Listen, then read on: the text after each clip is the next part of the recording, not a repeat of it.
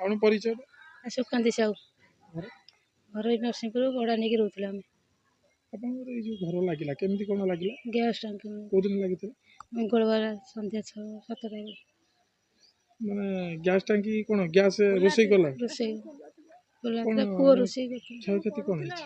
ମୋର ସବୁ ସୁନା ରୂପା ଜିନିଷପତ୍ର ସବୁ ଫ୍ରିଜ୍ ଗଡ଼ରେଜ୍ ଡ୍ରେସିଂ ଟେବୁଲ୍ ଆଲଣା ଇନଭର୍ଟର ଗ୍ରାଇଣ୍ଡର ସବୁ ଜିନିଷ ସୁନା ଆମର 8 ଲକ୍ଷ ଟଙ୍କାର ସୁନା ପଳେଇଛି ରୂପା ସୁନା ମିଶିକି ପଳେଇଛି ଜିନିଷ ପଇସା ନଗଦ କ୍ୟାସ୍ 1.5 ଲକ୍ଷ ଟଙ୍କା ନଗଦ କ୍ୟାସ୍ ପଳେଇଛି ମୋର ରଖିଥିନି ପାଖରେ ସବୁ ନଷ୍ଟ ହେଇଯାଇଛି କିଛି ନାହିଁ ଲୁଗାପଟା ସବୁ ମୋର କିଛି ଖଣ୍ଡେ ନାହିଁ ଆମେ ଯାହା ବାପ ଛୁଆ 4 ଜଣ ଖଣ୍ଡେ ପିନ୍ଧିଥିଲୁ ଆଉ ପାଖରେ ଆମର କିଛି ନାହିଁ ଆମେ ଖଣ୍ଡେ କିଛି କାଢ଼ି ସରକାରଙ୍କ ତରଫରୁ କ'ଣ ଭେରିଫିକେସନ୍ ଆସିଥିଲା? କିଛି ଆସିନି କିଛି ଆସିନି ସରକାରଙ୍କ ଯାହା ପଡ଼ିଶା ଯାହା ସାହାଯ୍ୟ ଟିକେ କରୁଛନ୍ତି ଆଉ ସେ ପିନ୍ଧିଲା ଲୁଗା ଖଣ୍ଡେ ବଢ଼େଇବାକୁ ଟିକେ ଆଉ କିଛି ନାହିଁ।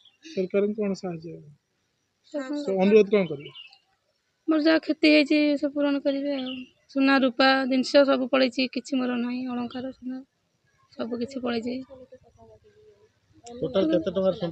ମୋର ସୁନା 8 ଲକ୍ଷ ଟଙ୍କା ପାଖାପାଖି ସୁନା ପଳେଇଛି।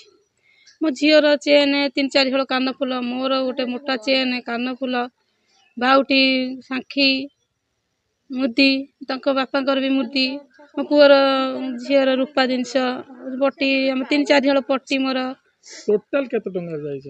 ଟୋଟାଲି ମିଶି ମୋର 8 ଲକ୍ଷ ଟଙ୍କାର ସୁନା ରୂପା ପଳେଇଛି ଆଉ ଏବେ ନୂଆ ନୂଆ ସବୁ ଜିନିଷ ମୁଁ କରିକି ଆଣିଥିଲି ଘରୁ ସବୁ ପଳେଇଛି କିଛି ନାହିଁ କିଛି ଆମର ଆପଣ ଚାଲନ୍ତୁ ସେଇଠି ସବୁ ପଡ଼ିଛି ଆପଣ ଦେଖିବେ ମୋର କ'ଣ ନଷ୍ଟ ହେଇଯାଇଛି ଆମେ ଯାହା ପିନ୍ଧିଥିଲୁ କିଛି ଘୋଡ଼େଇ ହେଇନୁ ଆମେ କିଛି ନାହିଁ ଆମର।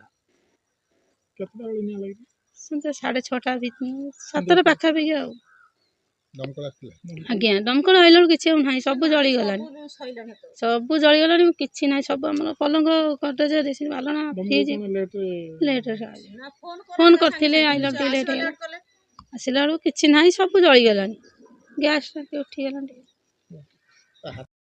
କ'ଣ ପରିଚୟ? ମୁଁ ଯଶରାଣୀ ମହାପାତ୍ର। ଘର ନିଆଁ ଲାଗିଥିଲା କେମିତି କ'ଣ?